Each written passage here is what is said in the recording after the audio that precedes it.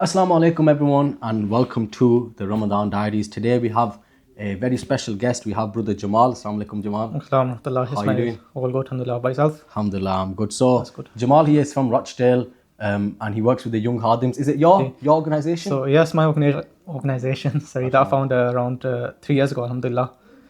What it is it's a grassroots organization in Rochdale.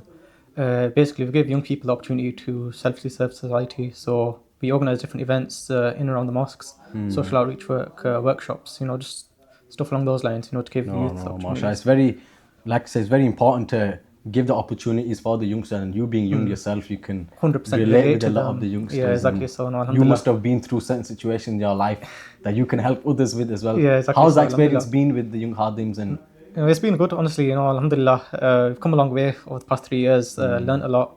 Worked with different organisations. Alhamdulillah, we've had the opportunity to do a bit of work with Green Gate Trust itself. Especially during Ramadan. I think you were fundraising a little bit for Green Gate, wasn't you? Yeah, last year. So alhamdulillah, Green Gate Trust was one of the charities we decided to do a bit of fundraising for. So alhamdulillah, we had a stall outside in Rochdale, just to get together and fundraise for one of your initiatives last year. That's a good experience, and I guess people together as well. So No, alhamdulillah, I mashallah. can't That's complain. very nice to hear. So, like everyone else, we're just going to ask some questions about Ramadan, just so people can get to know you a little bit better. That's fine. A lot of the questions are about Ramadan, as Ramadan is very close. It's in a couple of days, and then we finish off with a little game, this and that. Perfect. Would you rather? The first question we have is, what's your favorite childhood memory of Ramadan? I think it definitely has to be. Do you remember, obviously, when we were young, growing up, Ramadan used to be during the summer. So, obviously, mashallah, the rosé were very long. Alhamdulillah, it was a really good experience then. I feel like the vibes and everything then were really good. Especially spending it in mosque. There was only a bit of time, between Isha and Sahri. So, You could stay awake. yeah, exactly. And we used to spend a lot of time in the mosque, especially during Itkaf. So, Itkaf would be going on. We'd literally spend from Isha onwards till the mosque, do Sahri in the mosque. And alhamdulillah, it was good vibes. I feel like when it's summer and the sun's out, everyone's vibe and everyone's mood is just 100%. everyone's mood. Yeah, Now it's exactly. cold, it's snowing, and everyone's kind of just down. 100%, yeah, it has an impact on how everyone is and stuff. But this is how our parents experienced it, back in their days. Yeah, so 100%. now we're in their shoes. No, alhamdulillah. So the next question we have, if you could only break your fast with one food for the whole month, what would it be? I feel like it'd probably have to be burgers. When it comes to burgers, I'd never refuse. Plenty of options. So even if I think you're like me though. No matter how many burgers we eat, we don't put any weight on. No, 100%. So alhamdulillah, we're alright in that sense. No, mashallah. I think being from Bradford, I'd probably give the same answer. Yeah. Burgers, one thing you can't really Exactly. avoid or anything Different things. like I that. study in Bradford as well, so plenty That's of why options the there, exactly. answers come from. Mashallah. Right. So the next question we have is, what do you find hardest to give up in Ramadan? I think definitely has to be caffeine. So with the line of work I do, by a profession, obviously I'm studying in university. I do rely a lot on caffeine, Red Bull, stuff like that. Yeah. So it's a difficult one to give up. What about coffee? Are you into coffee or? Here and there, it depends on the provider. So obviously I've done a few placements in the hospital. If the coffee is good, I'll get it from there. If not, try before you buy. But it depends. No, I think I'm very similar, to be honest, because I work in the office a lot and waking up in the morning. The first thing I do as soon as I wake up is have a coffee. Yeah, So now 100%. waking up and not being able to have the coffee, it will Yeah, you feel the difference, don't you? definitely be hard. That's it. So the next question we have, what's your favorite mosque memory? So I just wanted to link it to when you mentioned about itikaf. So Yeah. You know what? Because of the work we do, I feel like there's a lot of mosque memories, but I'll relate it back to a recent one that we did. So we hosted an event about a couple of weeks ago now. And I remember this mosque, they had like a new camera system in place, for live streams. So with that, these like wireless mics that we got on. Yeah. We had to use one of them. And I was doing the hosting for that event.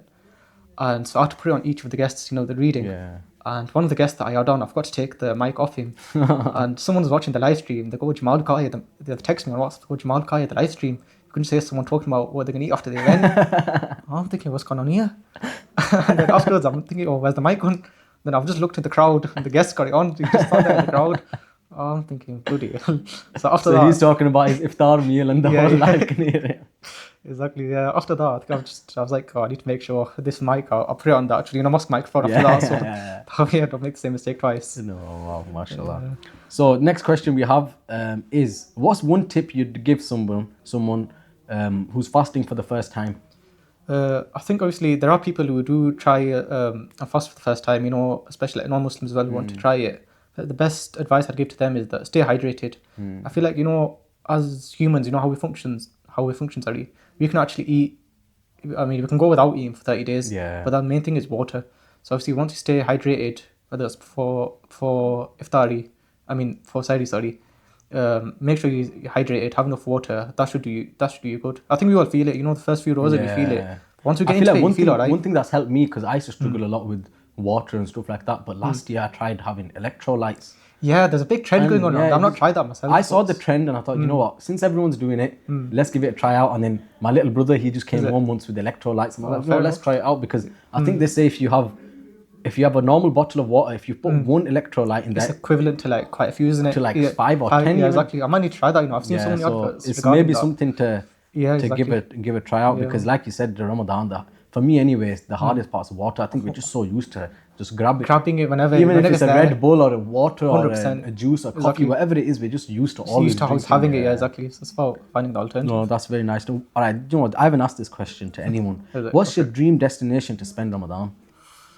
I feel like it probably has to be a Middle Eastern country. Where obviously Islam's tradition. So obviously we live in England.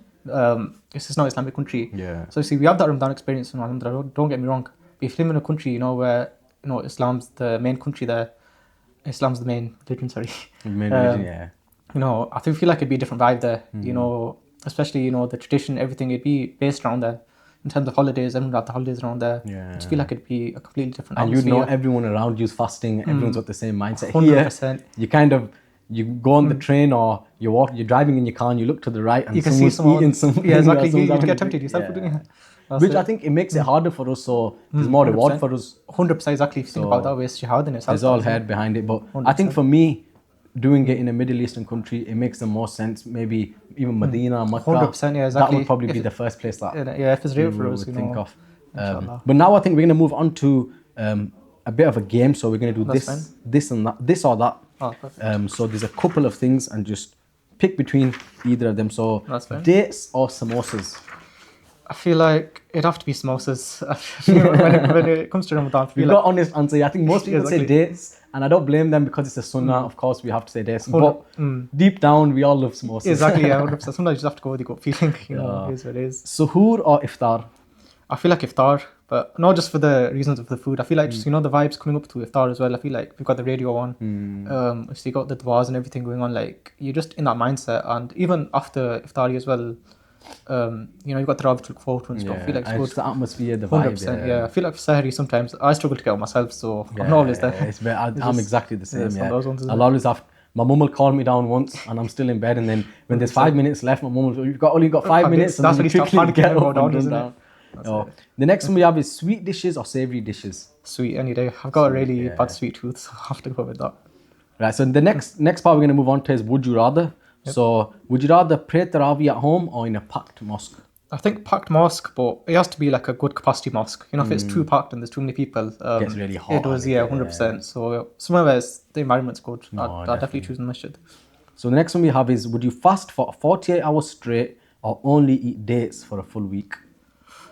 I feel like 48 hours, fasting 48 hours would probably be the better option as long as I plan beforehand, what I'm going to have, just so I know how to plan for it properly. No, that's fine, no problem. I think I'd probably be the same, to be honest. The next part that we're going to move on to is fill in the blank. We've asked all our guests this question. Okay. So, we work for Green Gate and we do numerous different projects. So we do water pumps, we do the Yemen project, Pakistan, we do like a sanitation project. There's so many projects on our website.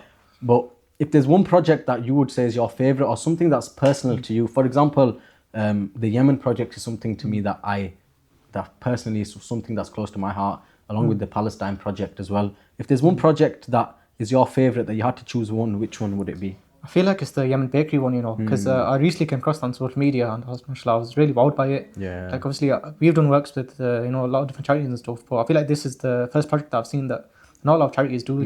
Just giving the opportunity, to provide fresh bread, that sort of stuff. That in bakeries, and even for the people that work across there, it's giving them opportunities as well. Yeah, definitely. I think with most charities, that's how it kind of works, where you might give £100 or £50 for a food pack. It will last them for a month, and then after that, it's kind of You don't know exactly. That's ongoing charity, isn't it? And it's guaranteed as well. You don't know if the next month they're going to get food. Whereas in a bakery, 100%. like the Yemen bakery, for example, is something that's always going on. Ongoing, so exactly, yeah, alhamdulillah. It's And guaranteed. we're also doing projects in Pakistan that are very similar to this. So they're livelihood projects. So what we'll do is we'll find people who can't work. Yeah. So I actually went to Pakistan a couple of weeks ago, and we met a lot of these people.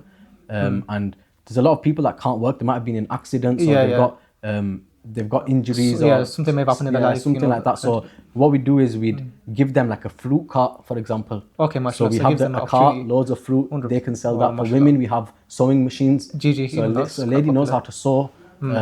She can then exactly. So using that talent, to make money. So it's not only just giving the food and then just leaving them to it. This for the rest of their making sure life. that the earning stuff, 100%.